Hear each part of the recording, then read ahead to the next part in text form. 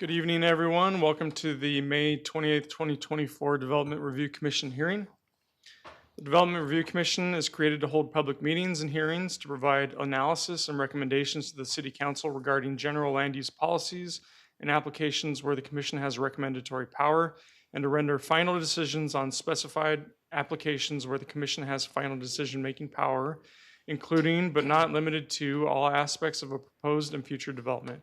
The Development Review Commission recognizes that the creation of a desirable environment throughout the city for residents, businesses, and industry is a prime requisite for the interdependence of land values, aesthetics, and good site planning by promoting harmonious, safe, attractive, and compatible development that is therefore considered to be in the best interest of public health, safety, and general welfare. Any person aggrieved by a final decision of the Development Review Commission may file an appeal to the City Council within 14 calendar days after the Development Review Commission has rendered its decision. Development Review Commission recommendations to the City Council are not final decisions. Tonight with us on the commission, we have on my right Commissioner Larry Tom, Commissioner Don Casano, Commissioner Rhiannon Corbett. To my left, Commissioner Robert Miller, Commissioner Linda Spears, Commissioner Barbara Lloyd. And tonight with us from staff, Mr. Ryan Levake, Diana Kaminsky, Lily Drosos, Lucas Jensen, Whitney Mayfield, Joanna Berry, and Eddie Garcia. Tonight on our agenda, we have determined during our study session a consent agenda. These items will not be heard, but they will be passed through unanimous consent on a consent agenda. Those items include if anyone here tonight wishes to see one of these, please get my attention and we can pull it from the consent agenda. Those items are number 1, Lush Cafe and Lounge. Item number 4, James Madison Preparatory. And that is the total of our consent agenda tonight. The rest of the items, number 2, number 5, and number 6 will be heard. So with that, we have no meeting minutes to approve, so we'll move right into the consent agenda. Can I get a Commissioner Casano? Yes, Mr. Chairman, I would make a motion to approve consent agenda items number 1 and number 4. Okay, is there a second? We might have public comment. I saw someone get up, so. Oh, was this for our consent agenda? No. Okay. Is there a second? Second. Okay, it's seconded by Commissioner Miller. All those in favor, please raise your hand. All right, and that passes unanimously. Thank you for the reminder. So if anyone is here to speak on a case tonight, please fill out a comment card. They can be found in the back or up with Ms. Berry. And we will give you time to speak on whichever item you are wishing to speak on. Just as a note, there is a 2-minute time limit on all public comments. All right, so next up is item number 2. Would the applicant please approach and present your case for us tonight? Welcome. Please state your name and city of residence. Nice. Hello, my name is Jason Horn. Thank you guys for taking the time to meet with us. Joey Horowitz, City of Residence, Tempe. City of Residence, Tempe as well. Great. Okay, welcome. Thank you. So we would like to host events at our establishment, such as bingo and karaoke. We would also like to host maybe some small bands and just have an opportunity to partake in the vibrancy that we see at Tempe, Mill Avenue, and we just want to, just be a part of it. My partner Joey would like to speak on it as well. Yeah, and then if I can take you through the slideshow here, I'm not sure how to, the clicker. Just to kind of explain some things, we're located right on Mill Avenue, just northeast of 5th and Mill. I guess I just lost it. You can see in red our building. This is a regional aerial Local aerial brings us in a little closer. See our location right on Mill. This is our site plan.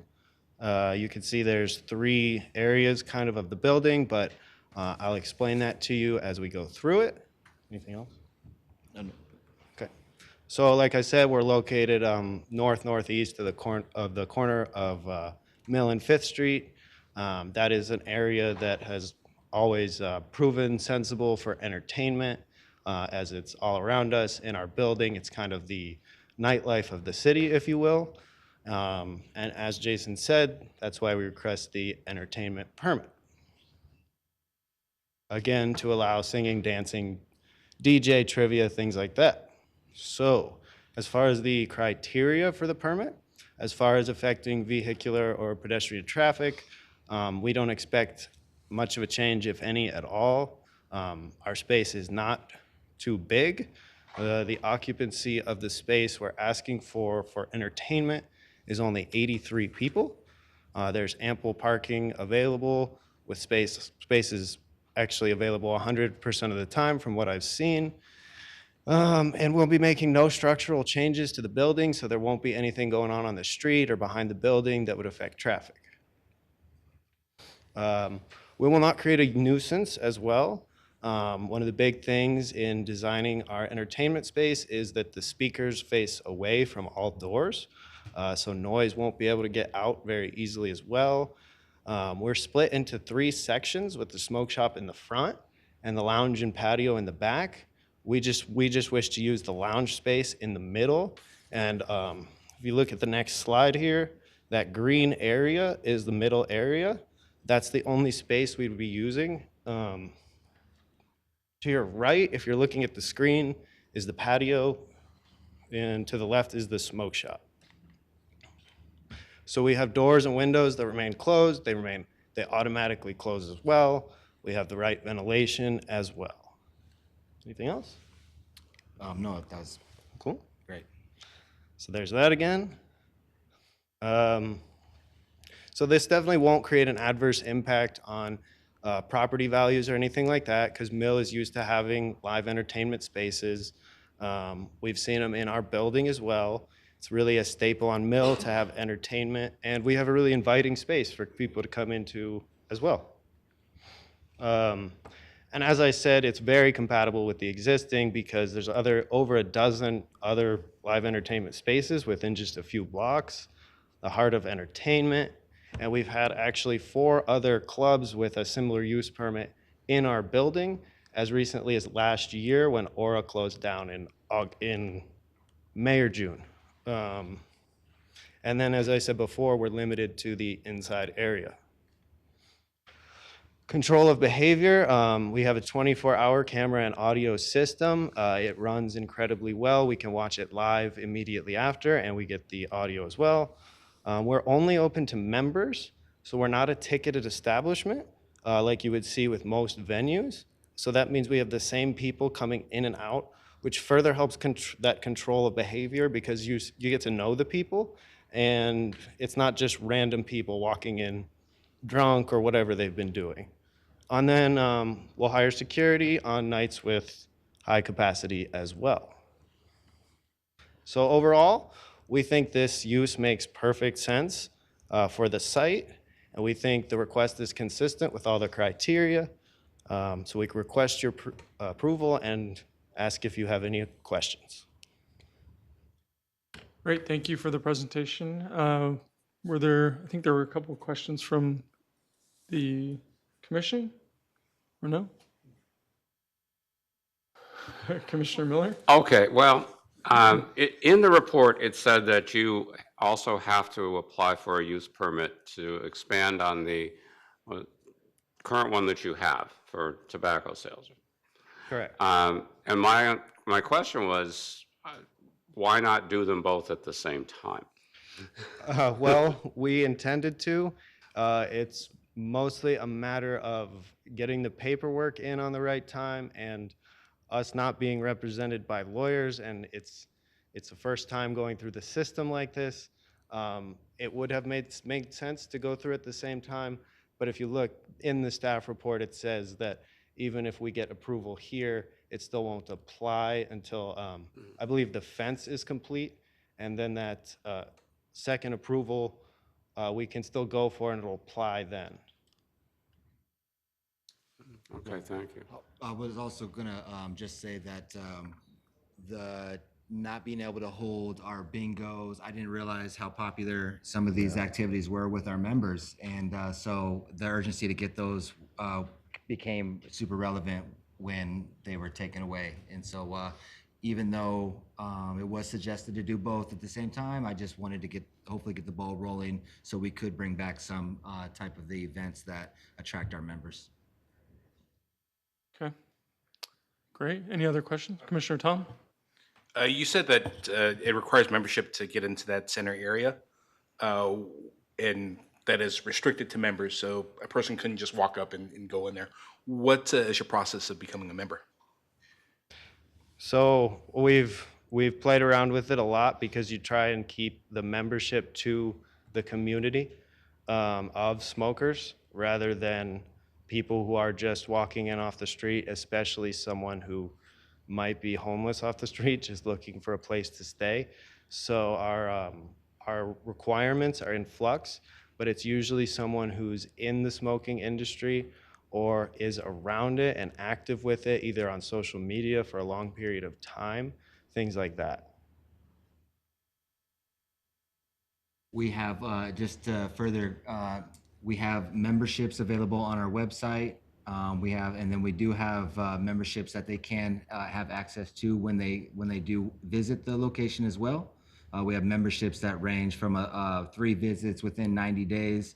We have memberships that range from a monthly, memberships that will go for like a weekend or weekday, depending on people's schedules, because we're finding that, depending on the type of environment you want, you can visit the lounge during the day or on a weekday and it's really mellow. You can sometimes have the lounge completely to yourselves. And then there's times active at night where there's a little bit more nightlife happening. And there's a more of a community bonding atmosphere type energy. So we have probably about 4 different memberships now. This is a new industry, we feel like, that is going to be heavily in demand. We weren't able to use a business model in a sense. We're having to create it. So it's been interesting. We're just trying to figure out the best model, but there has been some adjustments, and I'm pretty confident there's going to be more in the future because it's just constantly evolving, in this industry. Thank you for asking. Okay, thank you for your presentation. Thank you. All right, Ms. Drostos, if you can fill us in a little bit more.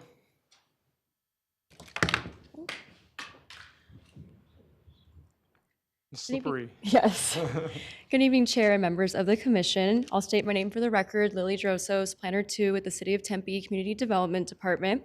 High Maintenance Smoke Shop is an existing tobacco retailer with a private smoking lounge located on the east side of Mill Avenue between 3rd and 5th Streets in the City Center and Transportation Overlay District.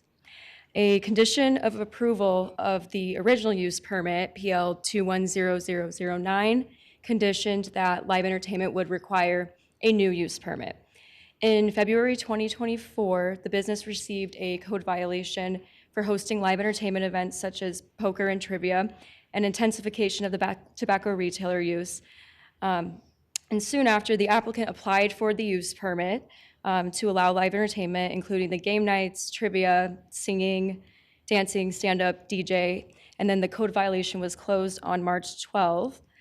This use permit request is only for live entertainment, and the applicant has filed an application for an intensification of the tobacco retailer smoking lounge use, which would allow a business to have a private club that allows members to bring their own cannabis and smoke inside the smoking lounge. Distribution of marijuana from licensed members would not be permitted with that use.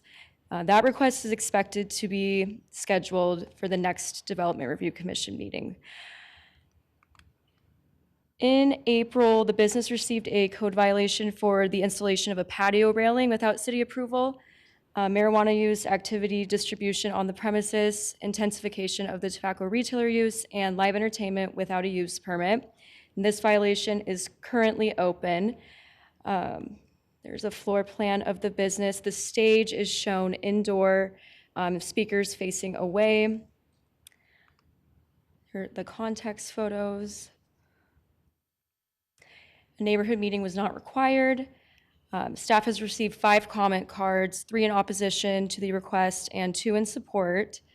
Staff is recommending a condition of approval which would require permits and clearances for the patio modification prior to the entertainment use becoming effective. Staff is also conditioning that the entertainment will be indoor only, with windows and doors closed during events and speakers facing inward. And this use permit approval does not modify the previous use permit approval, and this expansion of the tobacco retailer use requires a new use permit. I'm happy to answer any questions. Questions for staff? Okay, thank you. Thank you. All right, now we'll open up the public comment period. Do we have online? I had 2 people that submitted requests to speak online, both in support, and neither of them are online at this time. But they're Okay. both in support of the request. Okay, the 2 that had requested to speak on, They said were they would be online and attending virtually, but they're not and online. they're right now. not online right now, okay. And they both, like I Okay. said, indicated support on their comment. They're in favor of passing. Okay, I don't have any other comment cards in front of me. Was there anyone else from the public wishing to speak on this item tonight? Okay, seeing none, we'll go ahead and move on to commission discussion. Unless there was anything the applicant wanted to add after staff's comments? Yes, okay.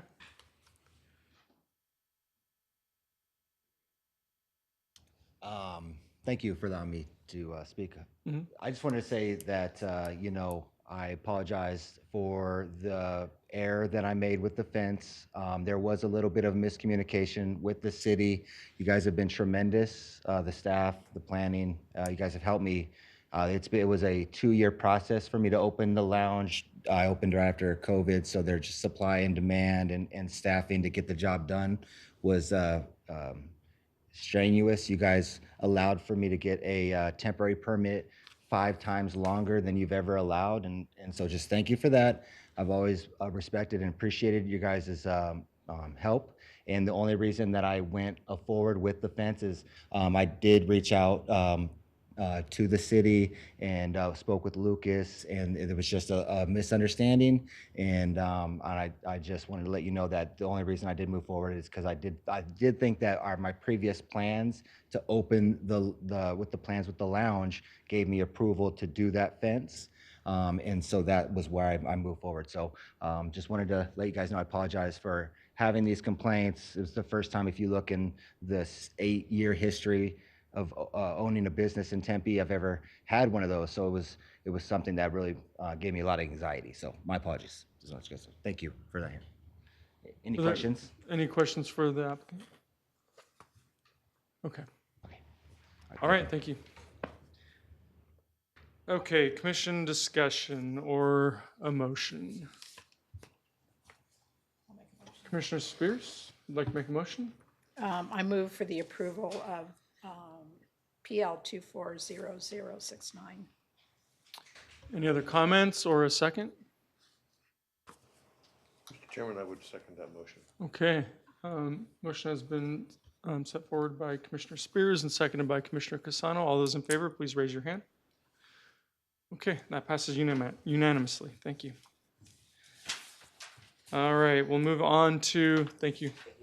Move on to item number, just make a note, item number 3 has been withdrawn by the applicant.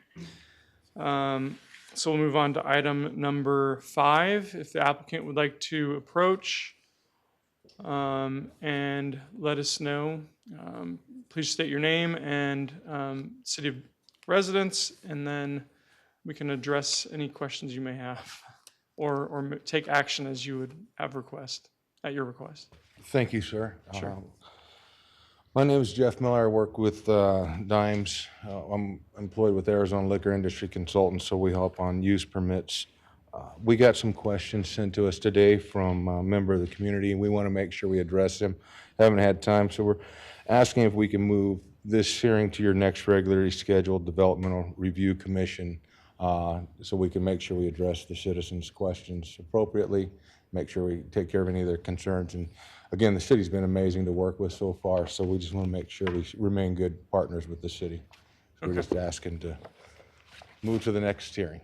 So your request is for a continuance to June 25th, which would be our next regular meeting. Yes, sir. Okay.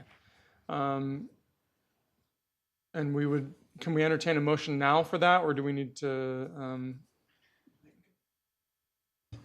You can entertain a motion now if Okay. you like. okay. Commissioner Spears, I move to approve the extension to our next meeting.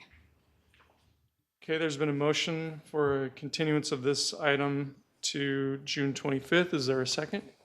Second. Seconded by Commissioner Miller. Okay, all those in favor, please raise your hand. Okay, and that passes unanimously. All right, so that item, if you were here to speak on that item tonight, that will be moved to our June 25th commission meeting.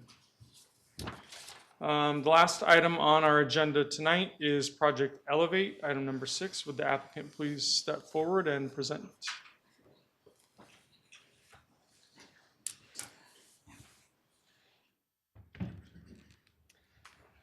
Chair Commission, my name is Brian Wright. I'm with Kimley Horn, here as the applicant on the project. And this is Randy, presenting on the Project Elevate. Chairman Johnson, Commissioners, staff, thank you for having us this evening. My name is Randy Hirose, and I represent and get to lead our Facilities and Construction Group for Swire Coca-Cola. Our Public Relations and Government Affairs Director was unable to attend this evening, so I'm going to do my very best not to butcher her slides. So let's go on to the next slide. So this is the project team. We can Go ahead. So again, Brian Wright, the applicant, and then from Swire Coca-Cola, Bridget, who was unfortunately unable to make it, Randy and Grandin. Zoning representative is Mangela, and then builders Whiting Turner, Mark Franco, and architect would be Hickson, Brandon. Okay, go ahead next. So within the state of Arizona, we employ over 2,300 people, and through our operations support over 17,000 jobs through our local purchasing and stores. We deliver over $899 million in GDP to the state of Arizona. These are numbers that are sourced by the Coca-Cola Company. Just within the state of Arizona, our purchased goods and services are over $74 million. We've reinvested into the community through programs through our Coca-Cola Company Scholarship Foundation, through the bottling partners that we have within Arizona, and through the Coca-Cola Foundation. Next slide. Within the city of Tempe, most of you know we've been there since, I think construction started in 1980. The 41-acre property hasn't changed. I have some aerial photographs from 1980, and you can see how much the warehouse operations have grown. We employ between 800 and 900. We have a lot of seasonal employees during the summer months, during our peak. And we are, within the Swire organization, within the Western United States, the highest, we have the highest recycling rate of our 6 production centers. We produce between 36 up to 40 million cases of carbonated beverages annually. We continue to invest in the local communities. Our mission statement states that we win together by serving as constant and true advocates for our people, our customers, our partners, our community, and our planet. We very strongly believe and foster the culture, not just locally, but globally. That is a high mark gold standard for us to make the most sustainable packaging, and recycle as much as of our material as possible. Next slide. Our workforce development, we at the Tempe facility are piloting a program called Integrated Work Systems. And what this does is it enables our employees to map their future. It is not cutting edge or new technology. We borrowed it from Procter & Gamble, but Tempe is the pilot, which it has been for most of our technological advances within the organization, to vet and refine and find a way to increase our employee retention.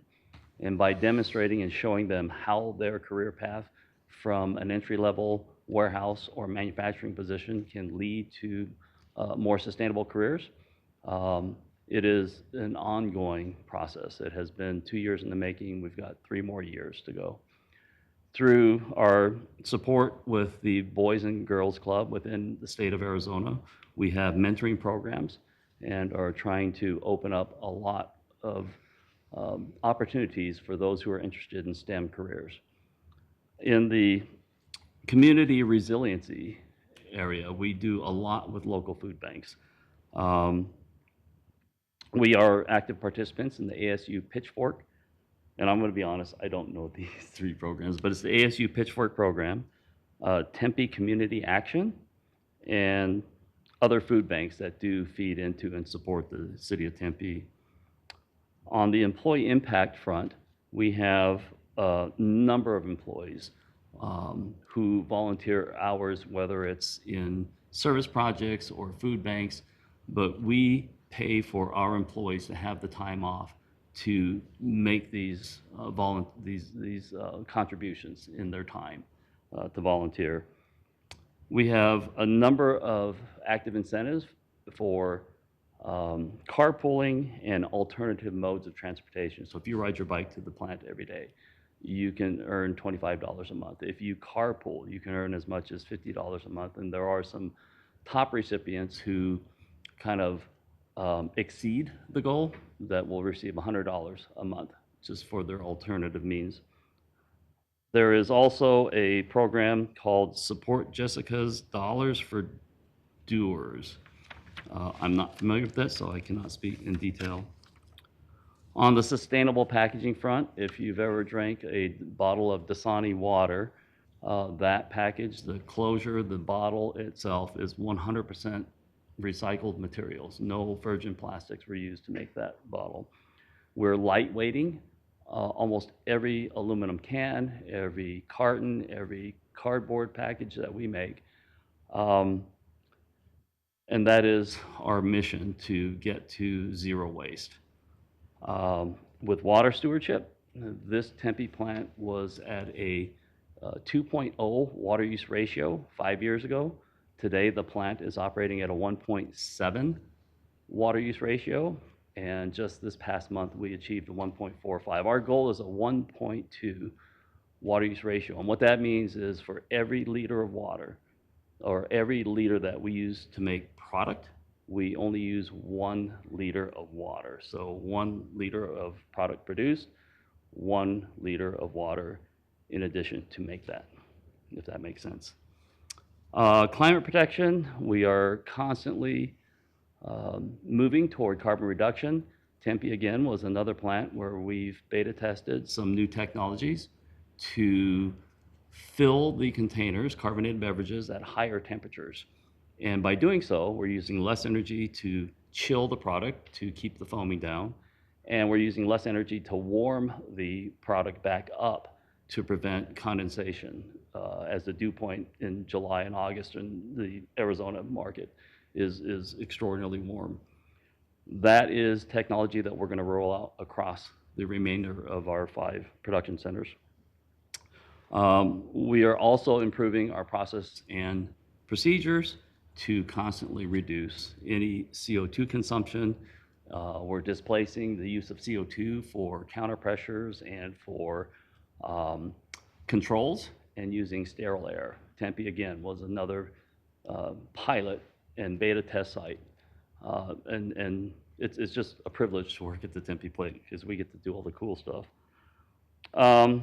We do donate a number of our 55-gallon concentrate barrels to Arizona Wild at Heart, and they make owl habitats that offset the use of, I guess, pesticides for certain vermin, since the owls tend to like vermin. Okay, next. And then finally, we participated in a number of river cleanup and other community projects. And, you know, Tempe Town Lake is one of the most recent this past March. And that's all I have. And I'll get into a bit of these items. I wanted to focus primarily on parking since that was brought up during the study session. Okay. You got this, Brian. All right. Existing zoning, GID, going to remain GID. Again, I'll just hop down here. These are the items that we're requesting on our application.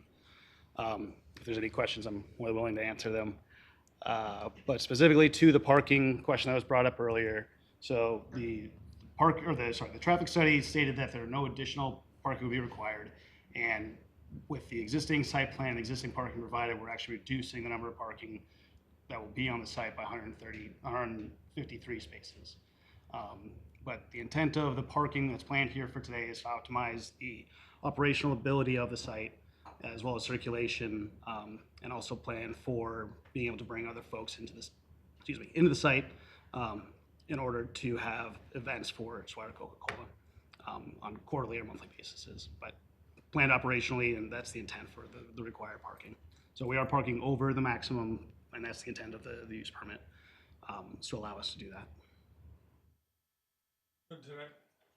Did I hear you say that you're reducing the overall parking on the site? The actual, yes. Yeah, so currently on site, there's 638 spaces. Our request is to have 485 spaces.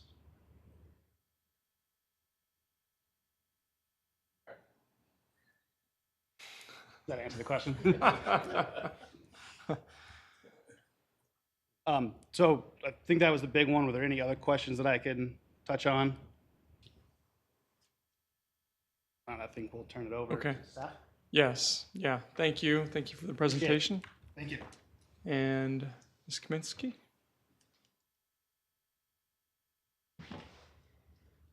Good evening, Chair, Commissioners. Diana Kaminsky, Senior Planner with the City of Tempe Planning Division. The request before you is for a planned area development for an increase in building height from 90 feet to 160 feet. Planned development review for the site plan, landscape plan, and building elevations for a new warehouse building and manufacturing building, and the use permit for the parking in excess of the 125%. The site is located on the southeast corner of I-10 and Elliott. The existing facility includes buildings along Harl that would be removed.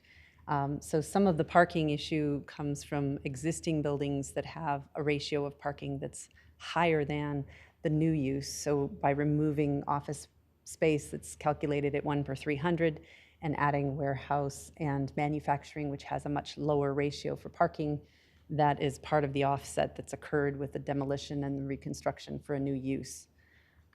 They're not proposing to change any of the development standards within the GID district with the exception of the height, and that is for their new manufacturing building that they're locating at the north end of the site adjacent to I-10. And this shows the parking ratios, or the code required parking of 306. They did receive a variance in the past for parking for a reduction. In this case, they are proposing to have 486 spaces after they've completed all of the improvements to the campus. And the use permit, we did analyze it through the criteria that are proposed in the code for an increase in height. As I mentioned in study session, they're a unique user in an industrial area that does have 24/7 operations and surrounding areas that have higher parking usage, such as the Emerald Center, Agave Center, and some of the automotive uses in the auto complex. So in terms of compatibility with the area, the proposed increase in parking met the criteria for the compatibility of the area. That would not be increasing nuisances to the area. It's adjacent to a freeway. It has a similar ambiance with automotive uses. They're not increasing the number of driveways, And all of the driveways are actually off of Harl, so they're not adding to traffic directly onto Elliott. Not going to read through all those unless you want me to. They're all in the report. This highlighted image shows you the development plan review for the site plan, the blue area representing the new construction, the circled red area on the right shows you the buildings that would be torn down. And they do have storage that is being relocated, including equipment and or trucks that is moving from the north side of the site over to the east side. They are doing a significant enhancement to the landscape from what you would see today, not only along the west side where they have a large retention basin that is shared with the freeway. So they have to coordinate with ADOT on the reconfiguration of that retention basin. We've asked for taller trees in the area where the building is being built that's taller for something that's more appropriate to the scale of the building. And then they're enhancing the landscape along the Elliott Road corridor, which is also partially owned, shared by ADOT as it approaches the freeway. So we're wanting to make sure that we get landscaping that meets the ADOT requirements. It is landscaping along Elliott that is maintained by the city of Tempe. And then the property where they own the property, they're also enhancing that. The parking area on the south side is also recessed. So from street view, there's about a 10-foot grade change and it's going down. So the parking level is actually lower than the street level, and they're providing additional trees in that area to help provide shade to some of that parking area. The elevations here showing this is the north elevation on the top. They're using a combination of metal panels. I did provide the sample boards earlier. I don't know how much detail you'd like me to go into with the design. You're good? Okay. Yeah, I think we're good. Thank you. Just run through these. There's some street elevations there with the trees and renderings and lots of different materials that they're using. The structure at the north end is integrated with the skin of the building and the interior racking system. So there's a unique architectural relationship between the interior and exterior of the space. They had a neighborhood meeting. We did not have any members of the public attend. I've not received any calls of inquiry or concern regarding the project. We are recommending approval subject to conditions, and the applicant has reviewed these conditions. There are some unique ones. The numbering was off slightly. I wanted to bring that to your attention. So number 3 is the first one under site plan, and this has to do with replacement of chain link fence that does not meet the current requirements for security, and their existing steel picket fence did not meet our current standards. So this is a project that's of significant reconstruction, and it met the threshold for upgrading the property to meet current codes for the fencing and security. They also will be providing upgraded driveway and paving to Todd Drive, which is a private drive that serves as a public street to the adjacent property owner to the north. So they've got to meet standards for heavy truck use on that street. Bike parking, we wanted to make sure that the new entrance points for employees had access to the bike parking in an area that was secure and close to the entrances. These were all details on a very, very large project. They went through several site plan reviews. They were working through some of the larger issues. We want to make sure that the screen walls and driveways meet traffic engineering requirements and the zoning code requirements. The lighting, we want to make sure that the architectural element that they've added to the northwest corner of the building does not cause any distractions on the freeway. So we have a special condition related to lighting. And then working with ADOT to finalize their details in the landscape design and the retention basin on the west side. Be happy to answer any questions. Commissioner Miller? Looking at the, well, I'm going back to parking, but it's bicycle parking now because we resolved the other parking issues. Thank you. The chart in the report says that they were originally providing 66, and it doesn't have any number for bicycle parking in the provided. In other words, the code requires that 66. Yes. Are they actually providing 66? They will be providing 66. That was one of the details that we didn't have on the plan. It was on one of the original submittals, and then with rearranging things, the bike parking disappeared, the note disappeared. So we are making sure that they are meeting the code required parking and that it's located near the entrances to the building, not in some remote part of the parking lot where bikes could be stolen. So we want to have them in a convenient location for the employees. Okay. And one quick question about the property itself is significantly lower than the freeway for most of its length. Yes. Approximately how far below grade is it where this new building is going in? I think the elevations may have that dimension on them. Let's see. So top of grade, I think it's 30 feet at one point, and it varies. So on the south side, I think it's 10 feet lower, and then on the north end, it drops down where the retention basin is, so it gets a lot deeper. That's what I thought.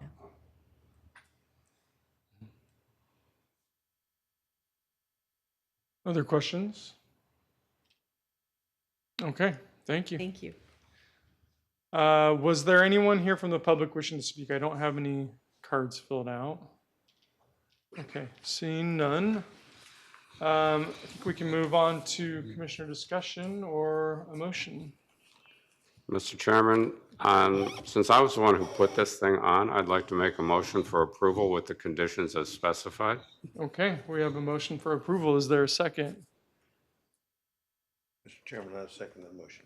Seconded by Commissioner Casano. Okay, all those in favor, please raise your hand. All right, and that one also passes unanimously. Thank you very much. Next item on the agenda, Commissioner member announcements. Anybody have one? Commissioner Forte is not here, so we don't have any announcements. All right. City staff announcements. No announcements. No announcements. All right. Next, again, the next commission meeting is June 25th. So keep that in mind, and this meeting is adjourned. Thank you.